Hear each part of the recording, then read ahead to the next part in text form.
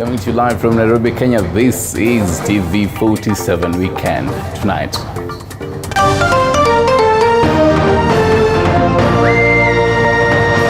Tonight, have 6 confirmed deaths, which are directly related to this Ebola virus. The other more cases that are also being seen. The fatality of Ebola virus is averagely 50%. KMPDU wants the government to sensitize doctors on Ebola virus management. Makes us strong. This as the government assures Kenyans of the safety after the sample of the Kakamega patient turned negative. Wangangane ground, tuchakue moja. Hakuna haja IPC kupoteza pesa, tutamalizia hapa. 30 people express interest in the Elgeyo Marakwet Senatorial race following the appointment of Kipchumba Murkomen in the cabinet. Mwenye atachaguliwa nitashikana na yeye tuhakikishe Elgeyo Marakwet imesonga mbele. Murkomen says he will work with the people's chosen leader. It's now a trend that we were worried about this particular year is the cases of enforced disappearances that were resolved in death. Cases of extrajudicial killing on the rise in the country. Even our profiling systems used by the police indicate that men from that particular space are the highest violators, or rather breakers of the law. Imlu says men are the most affected.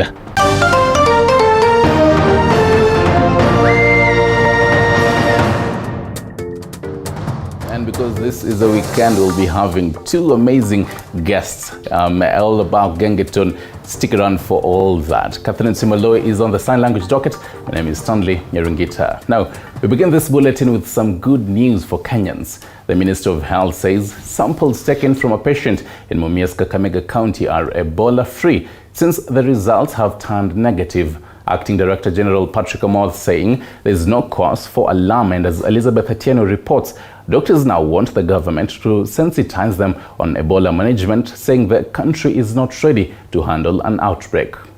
The Ministry of Health, through Director General Dr. Patrick Amoth, has now confirmed that there is no cause for alarm after the blood sample collected from a suspected case in Kakamega turned negative. Through a press statement, the Ministry of Health urged members of the public to minimize movements in and out of the country, especially on the western border. To the time that all this process is taking place, how many people did they interact with? How many healthcare workers? How many people in the public? Is it only that person that is being tested, or any person within the traceability of the time that they came in? So that shows inefficiency in and unpreparedness of us to manage Ebola.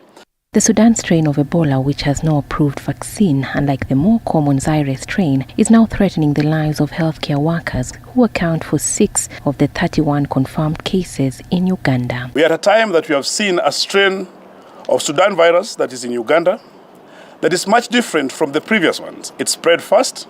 The deadly Ebola virus continues to spread in the neighboring country of Uganda, which has so far reported 8 deaths linked to the confirmed cases. The most recent being that of a 37-year-old doctor who was pursuing a Master of Medicine in Surgery at the Kampala International University. Other more cases that are also being seen. The fatality of Ebola virus is averagely 50%. But these fatality cases can go up to 90%. In some cases. Makes us strong. To prevent the spread of Ebola, health professionals now want the government to set up isolation centers and provide adequate personal preventive equipment in case of Ebola outbreak in the country. KMPDU also want border surveillance intensified and a rapid response team deployed to track down the potential movement of the disease. There's value to have a vibrant, robust and resilient public healthcare system that in case we have a case in the country, we will be sure that it can be contained and we can act to it. Ebola is a deadly virus with symptoms like fever, intense weakness, muscle pain, vomiting, diarrhea, and in some cases, both internal and external bleeding. You have to have a log, suspected symptoms, then after that, how to deal with it. Ebola is not COVID. Ebola can penetrate even unscarred skin. Ebola spreads between humans by direct contact with bodily fluids and contaminated environments. Funerals can be a particular risk if mourners have direct contact with the body. The Zaire strain was responsible for the largest ever outbreak of Ebola in West Africa from December 2013 to 2016, when more than 11,000 people died. Elizabeth Atieno, TV 47.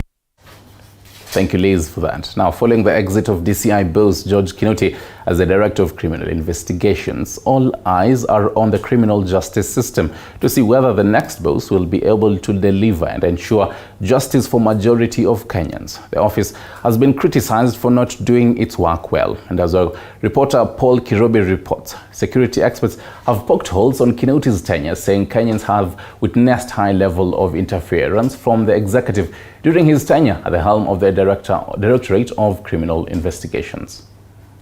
I have also received the resignation of the Director General of CID, Mr. Kinoti. I have transmitted the same to the National Police Service to proceed with advertising. After a 4-year stay at the helm of the investigative agency, Director of Criminal Investigations George Kinoti exited as DCI boss, handing over to the acting DCI boss Hamisi Massa.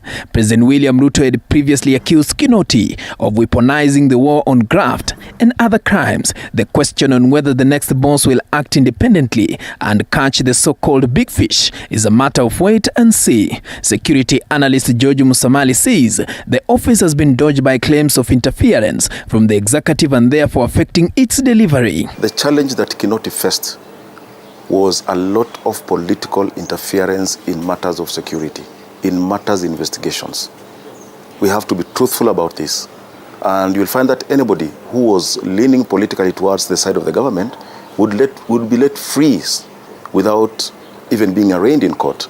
And the challenge that we have in this country right now, not only on the part of the DCI, and even in the general police duties, is that we now have a system where the police are answerable to the executive. But the big question is, who is likely to occupy the hot seat after Kinoti's exit? Koome was appointed by the president. You will find that even the DCI will also be a presidential appointee. So the current acting one, if he gets it, then he should count himself lucky. But the way things are, it's that it's obviously the executive that is going to decide who is going to be the next DCI. And for me, as a country, we are losing it in terms of security because this person will only be investigating the small cases. But when it touches the big boys, he will not touch them because he will be on a leash.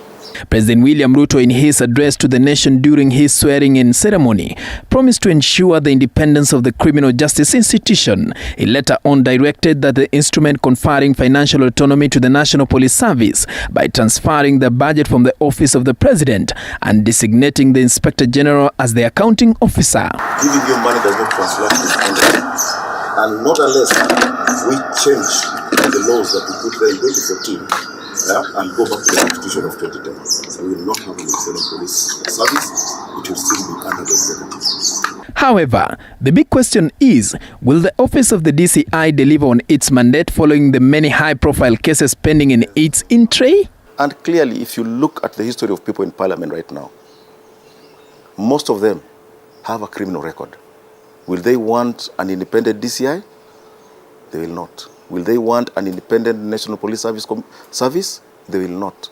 So everything will be cooked to their tests so that they will play their game up to the next elections. So independence of the police will only come if we go back to 2010 and say 2014 security bills are null and void. Let us go back to the Constitution of 2010. The fearless crime buster George Kinoti assumed office in 2018 as the head of the DCI, replacing Ndegwa Muhoro. Before Kinoti resignation, 7 other officers from the Directorate of Criminal Investigations DCI are alleged to have resigned. Paul Kirobi, TV 47, Nairobi. Thank you, Kerio, for that. Now to some county politics. Over 30 aspirants have declared their interest to succeed Kipchumba Murkomen as Elgeyo Marakwet Senator, with Murkomen now saying he'll not support any candidature but will instead work with leaders that will be elected by the people. Lucky Heriano with more. Section of leaders from the northeastern region say the government under President William. Since the naming of President William Ruto's cabinet secretaries in various portfolios, among them Elgeyo Marakwet Senator Kipchumba Murkomen, over 30 aspirants from the county have shown interest to succeed Murkomen as the county's senator.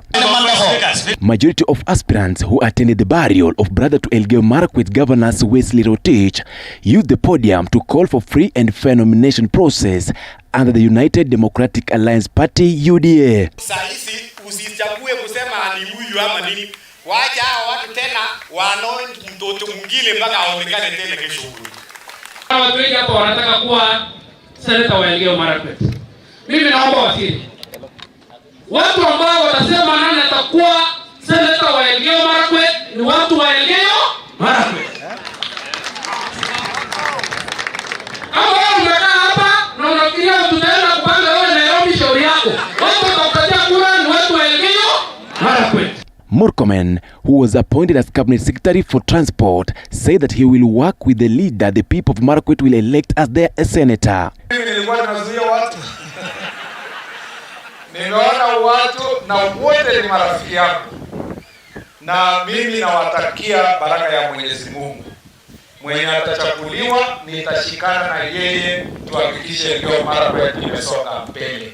The law states the seat will be declared vacant by the Senate Speaker Amason Kingi once he receives a resignation letter from the Cabinet Secretary DStv for Transport Kipchumba Murkomen. After the vetting process is done by the Member of Parliament at the National Assembly, a Cabinet Secretary will take oath of office before assuming office. Once the Senate Speaker has declared the seat vacant, Independent and Electoral Boundaries Commission IEBC will gazette the dates for the by-election in their respective county. Lucky Heriano reporting for TV47. Right, still on the same. Bandits continue to wreak havoc in Kerio Valley a few days after Deputy President Rigathi Gachagua committed to end the insecurity menace that has dogged Kerio Valley for years. Leaders drawn from the North Rift have weighed in on the matter, promising to end the incessant banditry attacks that has claimed the lives of hundreds of residents. Flora Lemoke with more. Section of leaders from the northeastern region say the government Kerio Valley area in the North Rift region has been the epicenter of perennial banditry and cattle rustling, leading to deaths in recent months, as several families have been displaced and forced into solitude in neighboring counties as the animosity between communities in the region remain unresolved. Kwanza kuna watu ambao wana benefit kutoka kwa hii insecurity. We must deal with those beneficiaries of insecurity within the Kerio Valley. Before you do that, those guys will continue sponsoring. The fights over pasture and water have triggered the unending intercommunal fights. Leaders now saying that for banditry to come to an end in that area, illegal firearms should be surrendered since they have exposed the area to banditry attacks. Hao watu wa kukimbia na bunduki hawatapata risasi, hawatapata bunduki. We will be able to secure this area. As your Deputy President, for doing what you have done. I know you have responded to our cries. The next one is you have responded to the issues of drought and insecurity. Speaking in Chigilet, Emso Ward in Keyo North, during the burial of Henry Rotich, the brother to Elgeyo Marakwet governor, the leaders assured the residents that the Ruto-led administration will put an end to the incessant banditry attacks in the region. Nataka niwahakikishie mambo ya insecurity kwa Kerio Valley ni top priority ya sisi kama serikali ya Kenya wakati huu. With Kapsaret Member of Parliament Oscar Sudi giving a notice to those funding the bandits as the leaders now work towards a common goal of reclaiming peace in that area. Kama wewe ni mwanasiasa na unajua unakuliana kwa damu ya watu, unaletewa hiyo pesa ya ng'ombe, my friend, anza kukimbia. Hii haitawezekana kwa hii serikali ya Nations. All eyes are now on President William Ruto's government as pressure piles for him to deal firmly with the banditry menace. Flora Limuki, TV47. Moving on, the Ethics and Anti-Corruption Commission, EACC, has accepted an offer from two doctors, the proprietors of Kerio Hospital Limited in Kabarnet Municipality, to surrender back to the government public land in their possession. The land, which measures approximately 0.18005 hectares, belonged to the Department of Housing and Urban Settlement in Kabarnet town before it was grabbed and sold to the hospital. Investigations by EACC revealed that the land was irregularly grabbed on 23rd December 2004 to John Sergon, who subsequently sold the parcel of land to Kerio Hospital Limited at 4.2 million Kenyan shillings in 2017. The hospital wrote to EACC on 27th August 2022, seeking to surrender the same back to the government.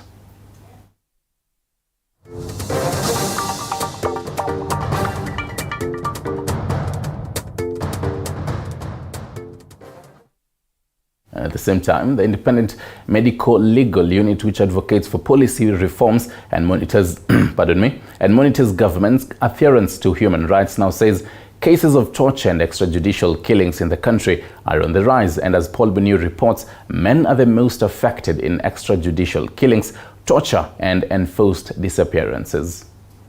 The Independent Medical Legal Unit IMLU says it received 109 cases of alleged torture and related violations, where 92 cases affected men between January and June this year.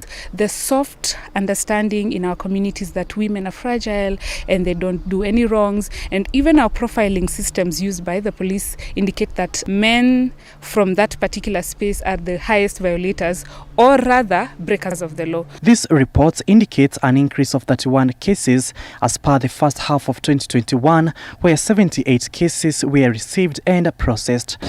According to Isabella Obara, a human rights activist, these cases are likely to have risen due to the general election, as the law enforcers were in line to contain pace. We had what we like to call a twin crisis. Twin being that we were going through the general election period, and then we also had COVID-19, but we were now just trying to gear towards possibly a very bad space. Thankfully, the context during the electioneering period did not go to the very bad phases that we thought we'd see. Nairobi County was, however, the most affected, with cases of extrajudicial killings, arbitrary executions, and enforced disappearances, with 36 cases reported, followed by Nakuru and Kajiado counties with 12 cases respectively. The Independent Medical Legal Unit has also noted a delay in delivery of justice to the victims, further calling for interventions by the newly elected government. We are known as the Kenyan judiciary to have lots of backlog, but if the same can be prioritized and accelerated, that's something that would laud the government on. They have also called upon the general public to act and report in cases of torture and violations in order to ensure better reforms in security sector.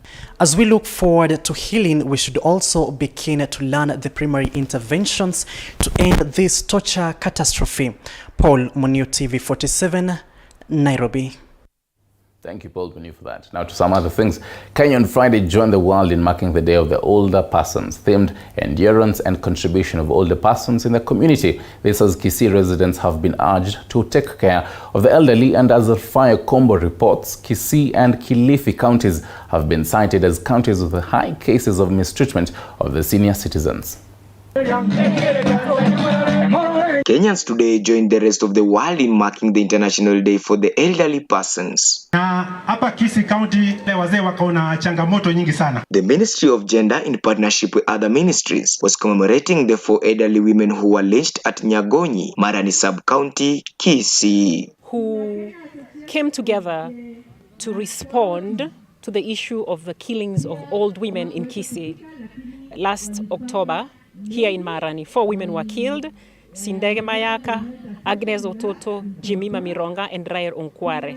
One of those women was killed in this field. I'm grateful that we are here today to celebrate older persons in this venue in Kisii, because as most people have heard, women in Kisii are terrorized, they are hounded, they are abused. Activists led by Ruben Kigame, they emphasized on the importance of respecting and taking care of the elderly persons in the society. Inafuraha sana siku ya leo kuja hapa Marani Kisii kujumuika na wananchi wa Kisii na pamoja na serikali yetu na kikundi cha Utu Coalition ambacho kina vyote viwili vinasimamia sherehe ya leo. Kimataifa, hii ni siku ya United Nations ya kusherekea baba na mama zetu wa kongwe, na tumekuja hapa kusema kwamba ukongwe sio ugonjwa, ukongwe sio laana, ukongwe ni baraka. Na hata itikadi zetu na tamaduni zetu zinasema kwamba wazee waheshimiwe.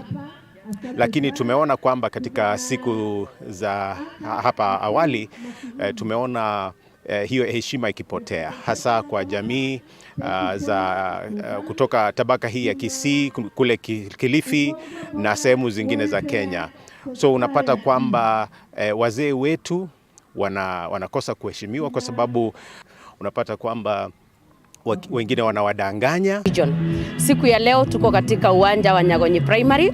We were here last year tukipigania the Marani 4 women that were lynched on allegation ya witchcraft. Na today tukaona ya kwamba itakuwa mzuri sana kuleta zote tunazokuwa nazo, kuleta malalamishi, kuleta shukran, kwa sababu tangu last year I think it has taken some time hatujasikia kesi nyingine ya lynching. Na tunashukuru because the moment tumekuwa tukikuja huku kumekuwa na mabadiliko. Tukimaki ni Nyagonyi, being that here we had victims, we had even survivors.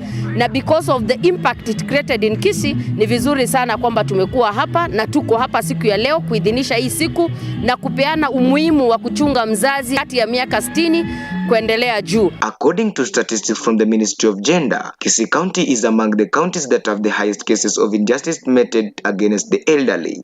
Tusherekee hii siku hapa Kisii County Asany Marani kwa sababu visa viko juu sana vya dhuluma dhidi ya wazee. 16% ya wazee hudhulumiwa hapa Kisii County. Na dhuluma ziko nyingi hapa Kisii dhidi ya wazee. Dhuluma moja ni kuchomwa kwa wazee kwa sababu wanadhaniwa kuwa wachawi. Dhuluma nyingine ni ya mashamba. Kilifi is top in such cases, followed by Nyandarua County, then Kisii County respectively. Kombo Alfayo, TV47, Kisii County.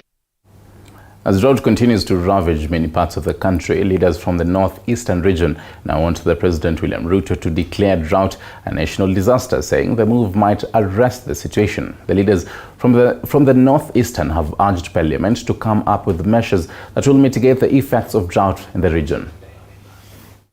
Section of leaders from the northeastern region say the government under President William Ruto, as well as former government under President Kenyatta, has done little to address the issue of drought that continues to ravage several parts of the country. I don't think if the government has done enough the issue of the drought. According to Yusuf Farah, Member of Parliament for Wajir West, as pastoralist communities, they have not seen any of strategies put in place to mitigate the effects of drought in the northeastern region by President William Ruto, and that it should be the first thing for him to highlight. The drought has been there. It is still with us for about 5 years now. Animals have been lost. Human lives are in a very serious situation. Last month, the national government, in collaboration with the World Food and Agriculture Organization, was able to provide livestock feed to drought-affected communities, although, according to the leaders, there is a need for the government to do more. The government just recently, last week, has flagged off some food or relief food, which is a very, very small amount of food. According to Aden Haji, MP Mandera West, President Ruto should designate it as a national crisis and that members of the 13th Parliament should prioritize the matter.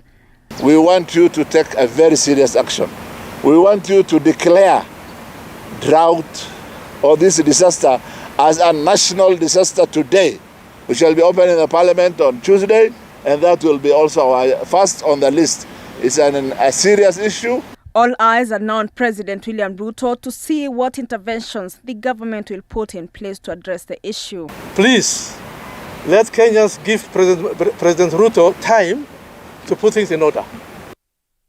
To the wonderful world of sports. Kenya's Equity Hawks earlier today produced a brilliant performance to round out Tanzania's Vijana Queens with the scores of 62-32 as they finished the Africa Zone 5 Women's Club Championship in the 5th place in Dar es Salaam, Tanzania. Equity Hawks started the match slowly, however, dominated from the start as they won the first quarter 13-6 before extending the lead to 28-14 at the stroke of halftime. Upon resumption into the match in the second half, Equity Hawks rallied to a 46-28 lead in the third quarter as they cruised to victory in the fourth quarter.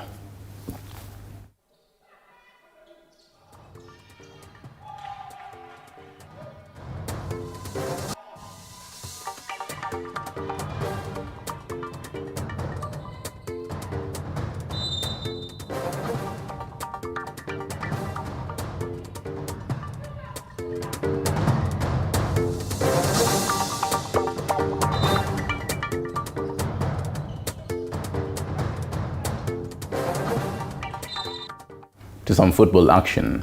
Kenya Police football team earlier today clinched the Elite Pre-Season Cup title after thumping Nairobi City Stars 2-0 in the competition's final at the Nyayo National Stadium. Police missed a chance to take a lead before the interval after Duke Abuya's spot kick came off the crossbar. However, David Simiyu broke the deadlock in the 62nd minute before Marvin Nabwire doubled the lead a few minutes later to seal the victory. Meanwhile, Police, who have been unbeaten in the 8-team tournament, were fitted 1 million Kenyan shillings.